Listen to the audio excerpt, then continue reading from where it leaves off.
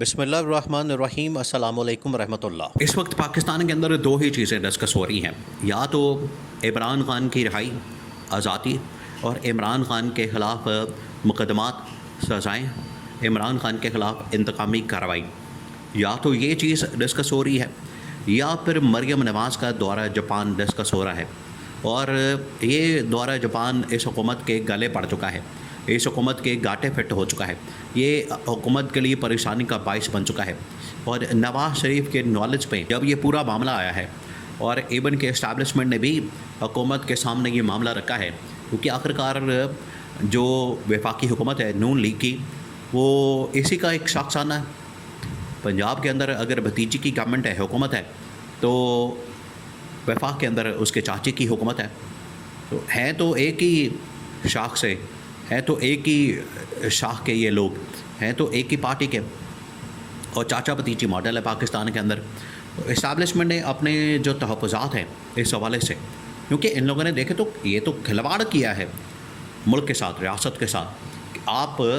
ایسے ملک جا رہے ہیں جاپان کے اندر جہاں پر آپ نے یہ بات کی ہے، دورہ کیا ہے، اور وہاں پر کیا آپ نے تماشا لگایا ہوا ہے، جاپان کے اندر کیا ہو رہا ہے، جاپان کے اندر کون سی ایسی ملاقاتیں ہوئی ہیں، جاپان کے اندر آپ نے کون سے معاملات سیٹ کیے ہیں، جاپان سے آپ نے کیا حاصل وصول کرنا ہے، کون سی سرمایہ کاری لانی ہے، کون سے معاہدے کرنے ہیں، وہاں سے کون سی ٹیکنالوجی آنی ہے۔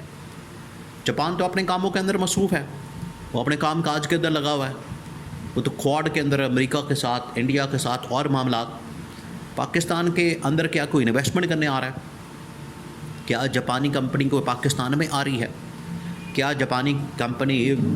پنجاب کے اندر اب وزیر اعلیٰ پنجاب واپسی کے اوپر یہ بتائے، قوم کو آگاہ کرے، اس حوالے سے ان کے نالج میں لائے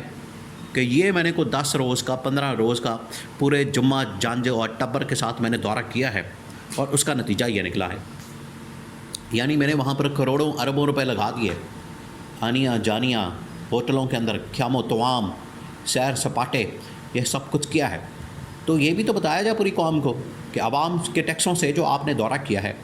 عوام کے ٹیکسوں کا جو آپ نے بے دریغ استعمال کیا ہے، اس کا کوئی فائدہ بھی ہوا ہے، اس کا کوئی حاصل وصول بھی ہوا ہے، اس میں سے کچھ نکلا بھی ہے،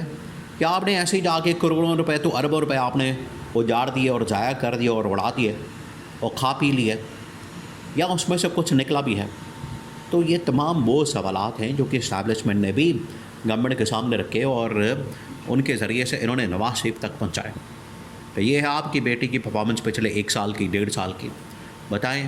1 سال کے اندر، 1.5 سال کے اندر پاکستان میں یا پنجاب کے اندر کون سی تبدیلی آ گئی ہے، پنجاب کے اندر کون سے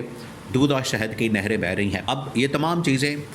ان کو فیس کرنا پڑ رہی ہیں، اور وہاں پر لوگ ان کی اب چترول کر رہے ہیں، وہاں پر لوگوں کی جانب سے ان کے خلاف احتجاج کیا جا رہا ہے، لوگ ان کے خلاف پروٹیسٹ کر رہے ہیں، ان کی ویڈیوز بناتے ہیں، ان کی ریکارڈنگ کرتے ہیں، اس کو بعد میں سوشل میڈیا کے اوپر وائرل کرتے ہیں۔ اب ہوا کیا، سین کیا ہوا؟ سین یہ ہوا ہے کہ مریم نواز کی ایک ویڈیو آج کل وائرل ہے بہت زیادہ، وہ ہانگ کانگ کے ایک شاپنگ مال کے اندر پھر رہی ہے، آ جا رہی ہے، وہاں پر شاپنگ کر رہی ہے، وہاں پر اپنے بیگ، اپنے برانڈڈ جوتے، برانڈڈ کپڑے، اور اپنی کنیزوں کے ساتھ، غلاموں کے ساتھ، اور پوری حکومت کی مشینری کے ساتھ ہانگ کانگ کے شاپنگ مال کے اندر وہ شاپنگ کر رہے ہیں۔ یعنی اس کا جو پنجاب ہے، یہ پنجاب کی سرپرست اعلیٰ ہے، پنجاب کی سرپرست ہے، وزیر اعلیٰ ہے پنجاب۔ یہاں پر آدھا پنجاب جو ساؤتھ پنجاب ہے، سارا کا سارا اس وقت سیلاب کی زد میں ہے، سیلاب کی زد میں ہونے کی وجہ سے وہاں پر لوگ مر رہے ہیں، لوگوں کا جانی نقصان ہو رہا ہے، لوگوں کے کھیت فصلیں تباہ ہو رہی ہیں، ان کے مال مویشی سب کچھ تباہ و برباد ہو رہا ہے، اور مریم نواز کو فکر ہی کوئی نہیں۔ مریم نواز جاپان کے دورے میں ہانگ کانگ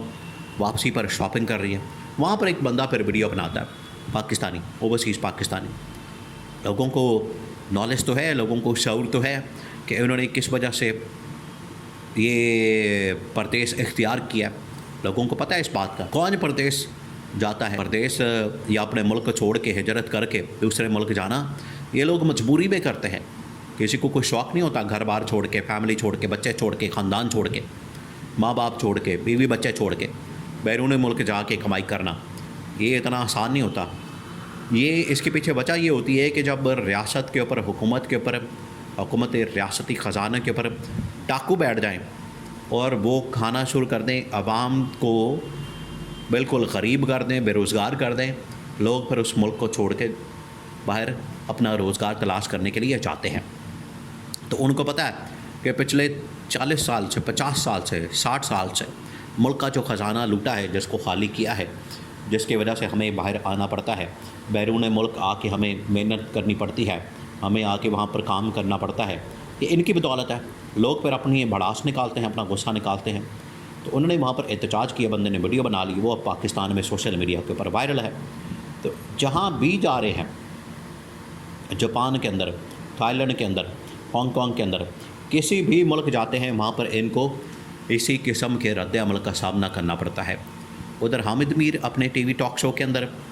ان کے پرانے کلپ جو انہوں نے عمران خان کے دور کے اندر باتیں کی ہوئی ہیں، تقریریں، خطاب، لانگ مارچ، دھرنے، احتجاج، یہ تمام چیز ان لوگوں نے جو کی ہوئی ہیں، اور وہ کیا باتیں ہوتی ہیں، وہ کہ مہنگائی بڑی ہے، بے روزگاری بہت زیادہ ہے، ملک کے اندر تباہی اور بربادی بہت زیادہ ہے، عوام مر رہی ہے، عوام کا کوئی پرسان حال نہیں ہے، یہ اس طرح کی باتیں تو حامد میر نے چلا دی۔ اس نے کہا کہ یہ آج کے دور میں زیادہ، عمران خان کے دور میں تو اتنے حالات خراب نہیں تھے، آج تو بدترین صورتیں اختیار کر چکے ہیں، یہ حالت ہو گئی ہے۔